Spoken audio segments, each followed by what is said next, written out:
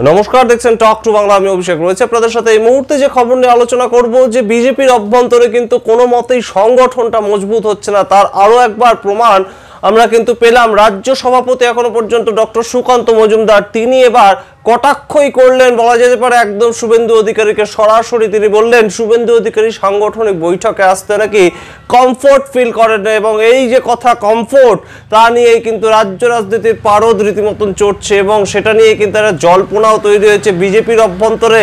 কে যে নেতৃত্ব দেবেন 2026কে সামনে রেখে, সেটাই বিজেপি ঠিক করতে পারছে না, এবং সেটা নিয়েই কিন্তু একটা জোর জল্পনা। তাহলে কি এবার সামনে আসছে সুকান্ত আর শুভেন্দুর যে ফাটল, অর্থাৎ সাংগঠনিক বিজেপি এবং নেতৃত্ব দেওয়ার মতন বিজেপি, অর্থাৎ নব্য বিজেপি এবং আদি বিজেপি, সেই তত্ত্ব কি আবার সামনে আসছে? তার কারণ সুকান্ত মজুমদার আমরা কয়েকদিন আগেই দেখেছি যে একদম সরাসরি কিন্তু দিলীপ ঘোষকে সঙ্গে নিয়ে তিনি কিন্তু যেদিন আরজিকর মামলার রায় বেরোলো 20শে জানুয়ারি, সেদিন সরাসরি সল্টলেক গেলেন এবং তিনি বিক্ষোভ দেখালেন মেদিনীপুর ঘটনা নিয়ে, মেদিনীপুরের যে প্রসূতি মৃত্যু, স্যালাইন কাণ্ড ইত্যাদি নিয়ে তিনি কিন্তু তার মতন বিক্ষোভ দেখালেন। অন্যদিকে শুভেন্দু অধিকারী একটার পর একটা কর্মসূচি তিনি রেখেই যাচ্ছেন। প্রত্যেকটা সময় তিনি নেতাজির জন্মদিন থেকে শুরু করে আরজিকর মামলা, প্রত্যেকটা জিনিস নিয়ে কিন্তু তিনি কার্যত মুখ খুলছেন, এবং সেই জায়গা থেকেই কিন্তু আমরা দেখলাম যে সরাসরি সাংগঠনিক বৈঠক হলো। রাজ্যস্তরীয় সমস্ত নেতা নেতৃত্বরা উপস্থিত ছিলেন, যেখানে যেখানে কেন্দ্রীয় পর্যবেক্ষকও ছিলেন। সাংগঠনিক বৈঠকে তো বিরোধী দলের নেতার ডাক থাকে না সবসময়, তাকে নিয়ে আমরা আলাদা করে বসি। সেই জন্য না, সেটা এখন নয়, আগেও নিয়ে আসতেন না।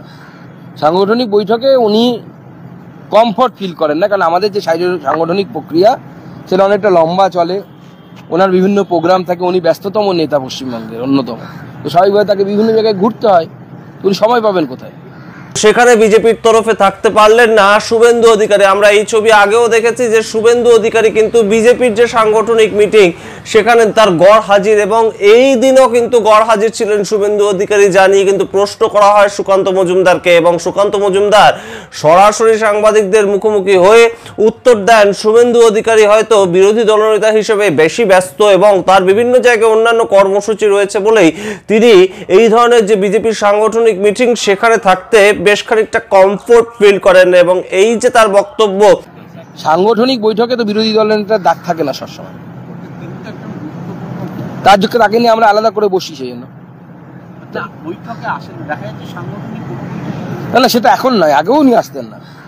সাংগঠনিক বৈঠকে উনি কমফর্ট ফিল করেন না, কারণ আমাদের যে সাংগঠনিক প্রক্রিয়া সেটা অনেকটা লম্বা চলে, ওনার বিভিন্ন প্রোগ্রাম থাকে, উনি ব্যস্ততম নেতা পশ্চিমবঙ্গের অন্যতম, তো স্বাভাবিকভাবে তাকে বিভিন্ন জায়গায় ঘুরতে হয়, উনি সময় পাবেন কোথায়?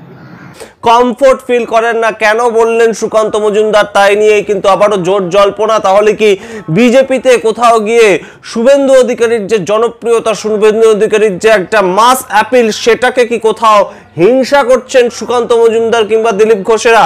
এই প্রশ্ন কিন্তু উঠতে বাধ্য, তার কারণ 2026-এর নির্বাচনকে সামনে রেখে যখন লড়াইটা আরো বেশ খানিকটা কঠিন হচ্ছে, যখন লড়াইটা বেশ খানিকটা তীব্রতর হচ্ছে, তৃণমূল কংগ্রেস যখন অপ্রতিরোধ গতিতে একটা পর একটা নির্বাচনে এগিয়ে যাচ্ছে, প্রত্যেকটা নির্বাচনে তাদের ফলাফল খুবই ভালো, সেই জায়গায় দাঁড়িয়ে বিজেপি প্রধান বিরোধী শক্তি হিসাবে বাংলায় কতটা গ্রহণযোগ্যতা মানুষের কাছে থাকবে, সেই প্রশ্নটা কিন্তু অবশ্যই উঠে আসছে। এবং সেই গ্রহণযোগ্যতাটা মানুষের মাঝখানে পৌঁছে দেবেন কোন নেতা, সেই প্রশ্ন কিন্তু অবশ্যই মুহুর্মুহু উঠছে। কখনো কিন্তু আমরা শুনতে পাচ্ছিলাম যে সুকান্ত মজুমদার সরে যাওয়ার পর বিজেপি রাজ্য সভাপতি কে হবেন, সেটাই কার্যত এখন একটা বিজেপির কাছে চ্যালেঞ্জ। এবং প্রধান বিরোধী দলের যদি এরকম সাংগঠনিক দুর্বলতা থাকে, প্রত্যেকটা বুথ স্তর থেকে প্রত্যেকটা একদম মন্ডল স্তর পর্যন্ত তাদের যদি প্রতিনিধিত্ব করার মতন মানুষ না থাকে, তাহলে সেই ক্ষেত্রে সেই বিজেপির হাল ধরবে কে? যতটা এখনো পর্যন্ত বিজেপির জনপ্রিয়তা ধরে রেখেছেন, তা কিন্তু অবশ্যই বলাই বাহুল্য বাংলায় পশ্চিমবঙ্গে 2021 সালের পর থেকে শুভেন্দু অধিকারী ধরে রেখেছেন, এবং তিনি একে একে রীতিমতন তার একটা টিম তৈরি করেছেন। শুভেন্দু অধিকারীর চারপাশে আমরা যাদেরকে দেখতে পাই, আইনজীবী কৌস্তব বাগচি থেকে শুরু করে শঙ্কর ঘোষের মতন নেতাদের কিন্তু আমরা সবসময় দেখতে পাই শুভেন্দু অধিকারীর চারপাশে তারা কিন্তু থাকেন, এবং অবশ্যই তারাই কিন্তু মূলত বিজেপিটাকে এখন এই মুহূর্তে জনমানসে পৌঁছে দেওয়ার একটা কাজ করছেন। প্রত্যেকটি ইস্যুতে সরকার সরকারকে আক্রমণ করা থেকে শুরু করে প্রত্যেকটি ইস্যু নিয়ে মুখ খোলা বিজেপির বর্তমান স্ট্যান্ড পয়েন্ট সেটা কিন্তু পরিষ্কার করে দিচ্ছেন সরাসরি শুভেন্দু অধিকারী, এবং সেই শুভেন্দু অধিকারী কোথাও গিয়ে কমফোর্টেবল ফিল করছেন না তেমন দাবি করলেন সুকান্ত মজুমদার, রাজ্য বিজেপির বর্তমান সভাপতি এবং কেন্দ্রীয় তিনি কিন্তু একজন অন্যতম মন্ত্রীও, এবং সেই জায়গা থেকে সুকান্ত মজুমদারের কথা যে খুব একটা ফেলে দেওয়ার মতন নয়, এবং সেটা থেকে যে একটা দ্বন্দ্ব বেরিয়ে আসছে আদি বিজেপি নব্য বিজেপি জনপ্রিয়তা বনাম সংগঠন, এই যে একটা তত্ত্ব বেরিয়ে আসছে সেটা কিন্তু অবশ্যই তাৎপর্যপূর্ণ। 2025 সালের কর্পোরেশন ইলেকশন এবং 2026 সালের একদম রীতিমতন পালা বদলের যে বিধানসভা নির্বাচন তার আগে অবশ্যই নজর রাখবো 2026-এর দিকে বিজেপি কি কোনোভাবে তাদের যে ম্যাজিক ফিগার 294টা আসনের মধ্যে কোনোভাবে তারা কি সেক্ষেত্রে পৌঁছাতে পারবে।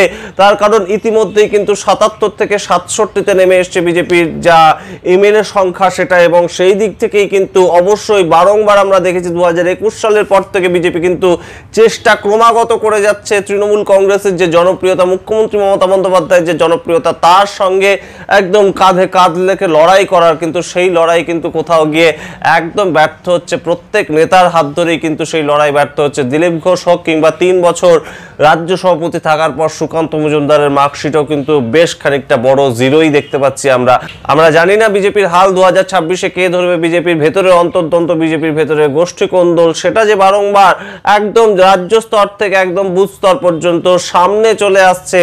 এই নেতা ওই নেতার বিরুদ্ধে কথা বলছেন, ওই নেতা ওই নেতাকে কটাক্ষ করে কথা বলছেন, সেটা কিন্তু আরো একবার সামনে এলো রাজ্য স্তরে একদম রাজ্য সভাপতি বনাম বিরোধী দলনেতা তাদের মধ্যে, এবং তাই নিয়ে কিন্তু শুভেন্দু অধিকারীও রীতিমতন সাংবাদিকদের মুখোমুখি হয়ে বেশ কয়েকটা ক্ষোভই প্রকাশ করেছেন, বেশ কয়েকটা বিরক্তি প্রকাশ করেছেন। তিনি বলেছেন সুকান্ত মজুমদার এই কথা যদি বলে থাকে তাহলে সুকান্ত মজুমদারকেই তার উত্তরের ব্যাখ্যা দিতে হবে। আমরা এই প্রশ্নের উত্তর অবশ্যই আবারও খোঁজার চেষ্টা করব। এই জল্পনা কোথায় গিয়ে দাঁড়াচ্ছে, এই তরজা কোথায় গিয়ে শেষ হচ্ছে আমরা জানি না। বিজেপির রাজ্য সভাপতির পদে পরবর্তীতে কে নিযুক্ত হচ্ছেন জানি না, তবে অবশ্যই এই মুহূর্তে যেটা জানি আমরা, যেটা অবশ্যই সারা পশ্চিমবঙ্গের বিজেপি সমর্থকরা জানে, এই পশ্চিমবঙ্গের সমস্ত তৃণমূল সমর্থকরাও জানে যে বিজেপি বলতে কিন্তু বর্তমানে একটাই মুখ, সেটা কিন্তু শুভেন্দু অধিকারী। আমরা অবশ্যই নজর রাখবো 2026-কে সামনে রেখে কোন দিকে এগোয় বিজেপি ভার্সেস তৃণমূলের লড়াইটা, এবং অবশ্যই কতটা জোরদার আদৌ হয়, বিজেপি কতটা ঠিক দাঁত ফোটাতে পারে মুখ্যমন্ত্রী মমতা বন্দ্যোপাধ্যায়ের জনপ্রিয়তায়। সেই সমস্ত খবর হাজির করবো আপনাদের সামনে। দেখতে থাকুন টক টু বাংলা। ভুলবেন না টক টু বাংলা ইউটিউব চ্যানেলকে সাবস্ক্রাইব করতে। ধন্যবাদ।